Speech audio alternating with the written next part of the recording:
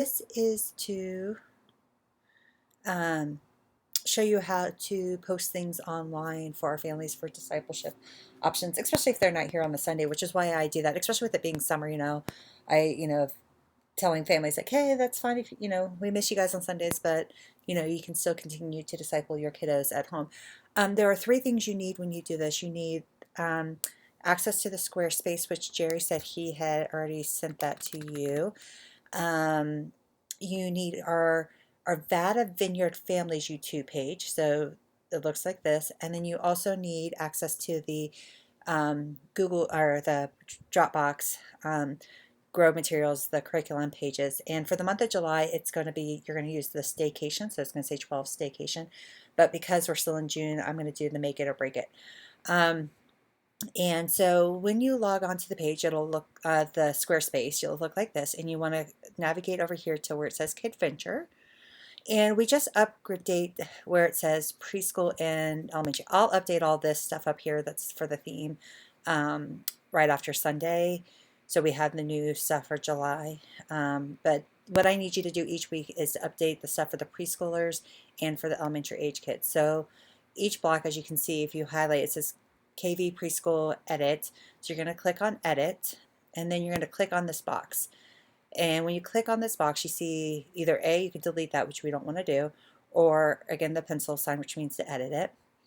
And then down here, you can edit each individual box. So the kid service, this is where we put the YouTube video on. So you just click on, so I don't know if you saw, click on the gear, not the pencil, which is really weird. You want to click on the little gear icon. And then you're going to delete this because that's the old URL for last week.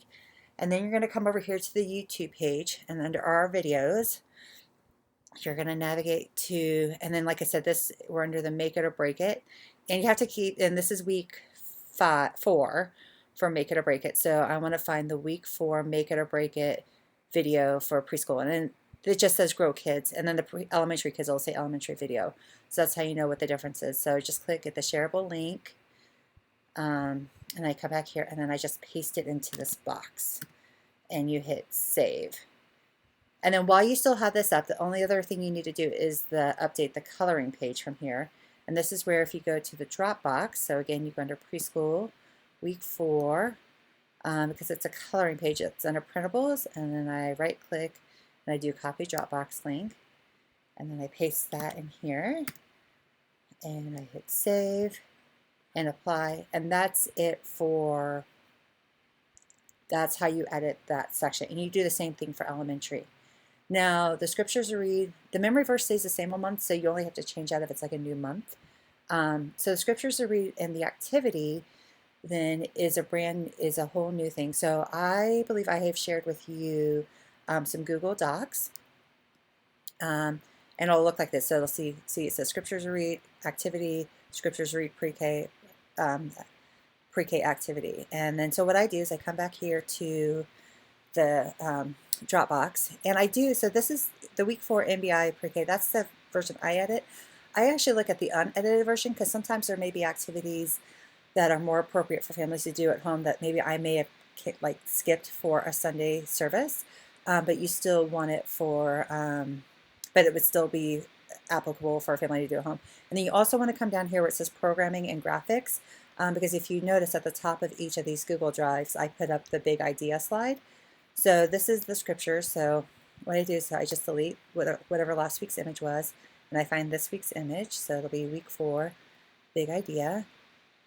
And then this is last week's scripture. And I literally just, all I do is I copy and paste. I don't really change anything. The only big thing is you have to make sure is if it links to something, is to make sure that the link carries over. It doesn't always.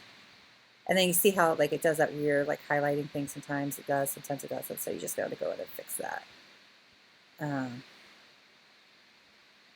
Yeah, so this video, so I'm going to underline that. And it's just to make it look like so.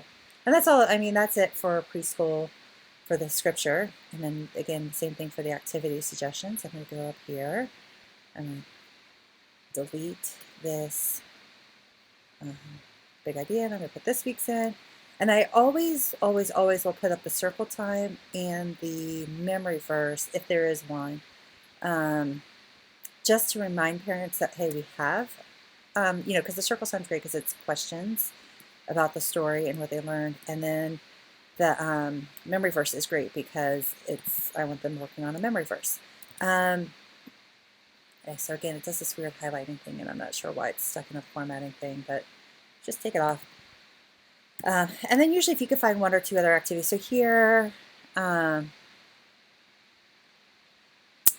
when I go to pick the other activity for families to do, I try to find things, A, that's applicable to the Bible story, and then B, it's something that they can do at home. So if it asks for like a lot of random supplies, I won't do it. I mean, I feel like if you have kids at home, you probably more than likely have um, some sort of popsicle stick. So the keeping God in the frame, I'll do that. And then maybe sometimes I'll even do the snack suggestion because, especially with kids being home over the summer and stuff like that, a snack suggestion's fun. So that's really it. So I just pick like 2 or 3 activities plus the memory verse. And that's it. And that's really it. And then again, you'll do the same thing for elementary. Now, the thing for elementary is, no, not the suggestion, activities things are the same, is when you go to do the scriptures, and again, you can see what I've done in previous weeks, is I obviously I copy whatever the scriptures are. I do, remember, elementary has 2 set of scriptures, so I put both of them in there. I do the discussion and the discussion questions. That's what I put under the scriptures to read for K4. And then the activities I usually do, again, like 1 or 2 activities. I usually pick a reflection activity and or response, and then the memory verse again if they give us one. And that is how you do the um, the online stuff. So thank you for helping out with this.